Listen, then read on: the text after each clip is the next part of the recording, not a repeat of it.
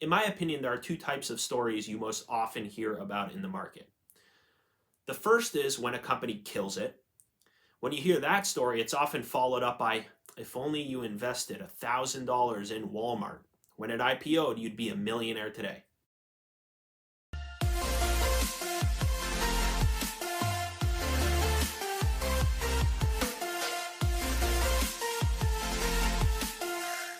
So what do you guys think about the IPO? So let's talk about the initial public offering, the IPO, when a company goes public. So there's obviously a lot of hype around them these days. Many companies are going public, they're IPOing.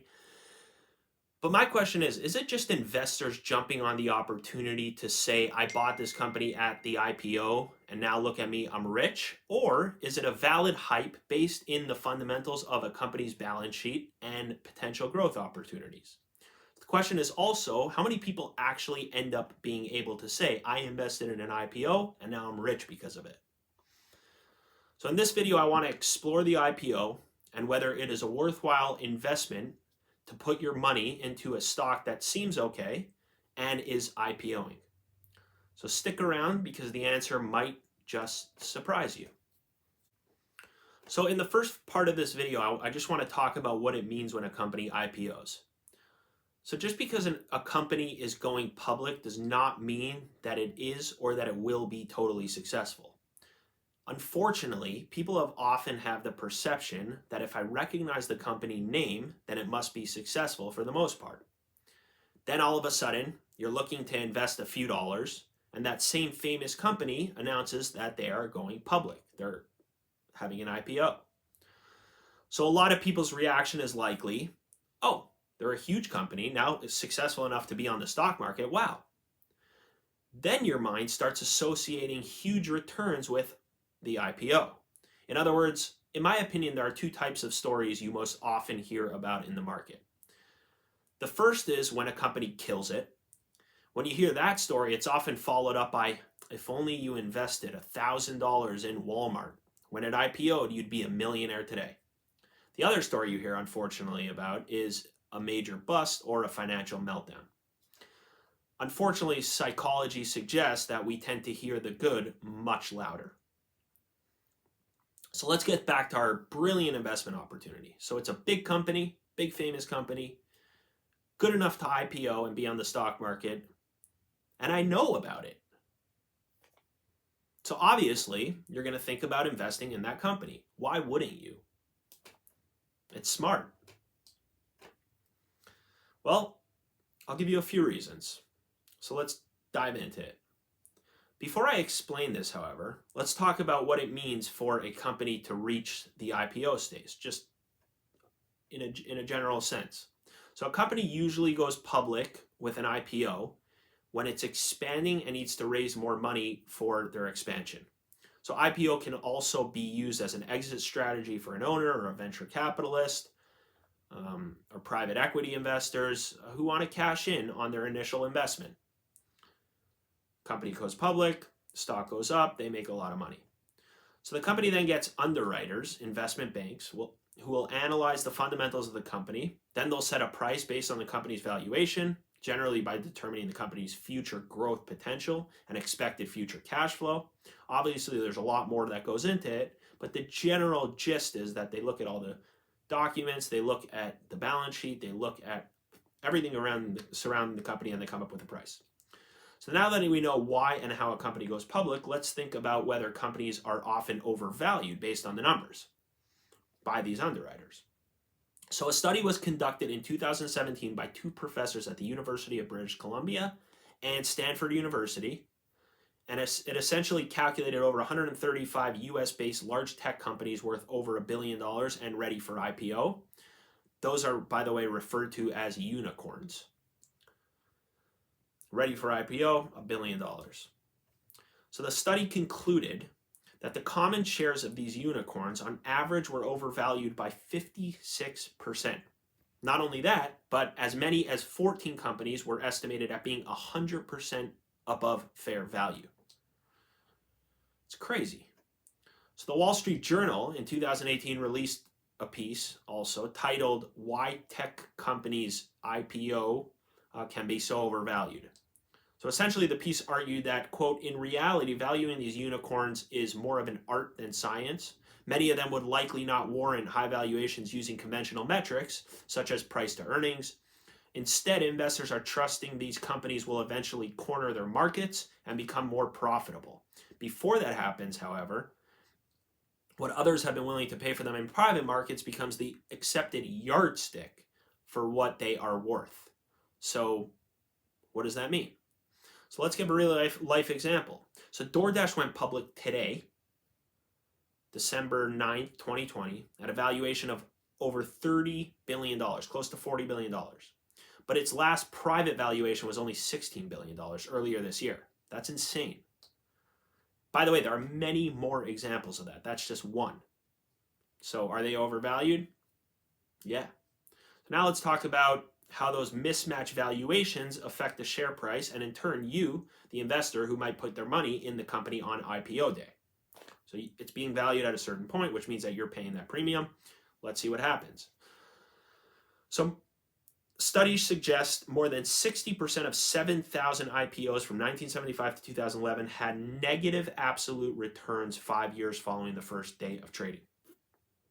By the way, and only a handful produced extreme positive returns. So that means most of them, a huge percentage lost, and only a few of them even made extreme returns, not regular returns, because the market also returns, so you can make money there. So you might say, I'm different. I'm going to capitalize on the initial boom, and then I'm going to sell. Okay, so there is some truth to that, but still not enough to justify the investment, in my opinion. Look, the data suggests that from 1980 to 2016, in the first 6 months, companies returned an average of 6% or 2% beyond how the market was performing. Also, over 18% average gains on the first day over the past 40 years. In other words, 18% gain for stocks that are IPO'd on the first day over the last 40 years. So that's pretty consistent, pretty significant. Here's another statistic. The lottery is won by somebody nearly every single time. In other words, if you're thinking about playing these odds, you're basically just playing the lottery. The market is totally unpredictable in the short term. Everybody knows that. There are these analysts who like to make people think that they know the day was coming when the stock would go up or the stock would go down, but really everything they're discussing, they're talking about, is all in hindsight. So let's think about that. First of all, you don't know if there's going to be a boom even on the first day. Think about Uber, by the way. It IPO'd at $41. The company didn't reach that point for at least another year. So you would have had to wait. You would have been sitting there with the shares pretty disappointed if you thought that you can catch that wave. Put your money in and you're just waiting for the next year. And who knows what's going to happen in the future. I mean, the data suggests that in 5 years it's going to not. Second of all, you don't know when the drop is coming. Research actually shows that an IPO's initial pop tends to fade away as soon as the 6 months after the IPO, specifically when the lockup period expires and insider traders are finally allowed to sell their shares. So think about it. There are some CEOs who truly want the best for and interest for their companies.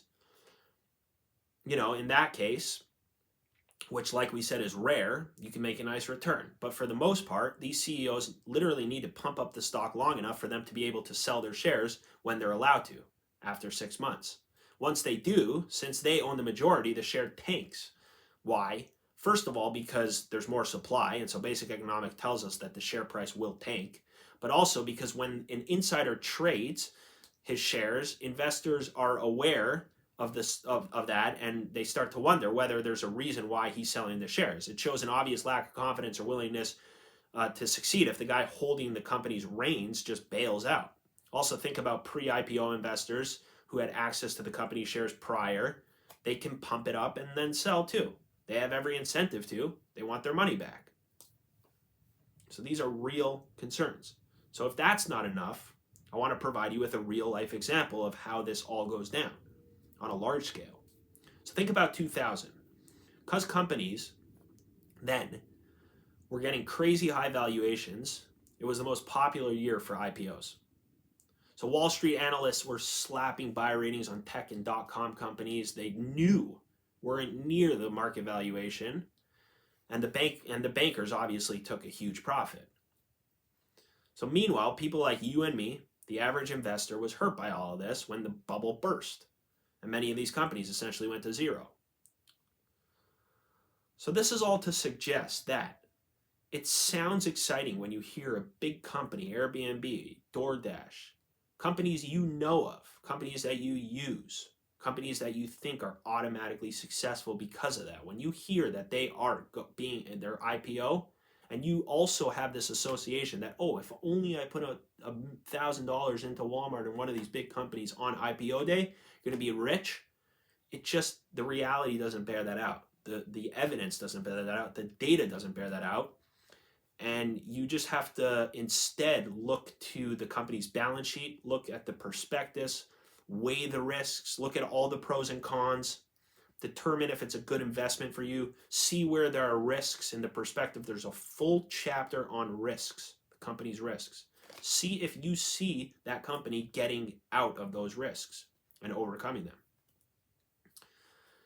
And then only if you come to the conclusion that it's a good investment for you because based on all of these things, then you're in a good position to invest. So I just wanted to share that with you because obviously people are going crazy about all these IPOs. It's honestly negligent and maybe even evil and malpractice for some of these companies to get such high valuations, because in the end of the day, when you get such a high valuation, people talk about it, they pump it up, they market it, then investors like you and me, small time investors who just want to make a couple bucks and who want to retire kind of early, they end up getting fucked. So thank you so much for watching. I really appreciate it. Please like, please subscribe, please comment. I would love to have a discussion. Also, please comment about what potential videos you would want to hear see in the future. Thank you so much, and have an amazing night.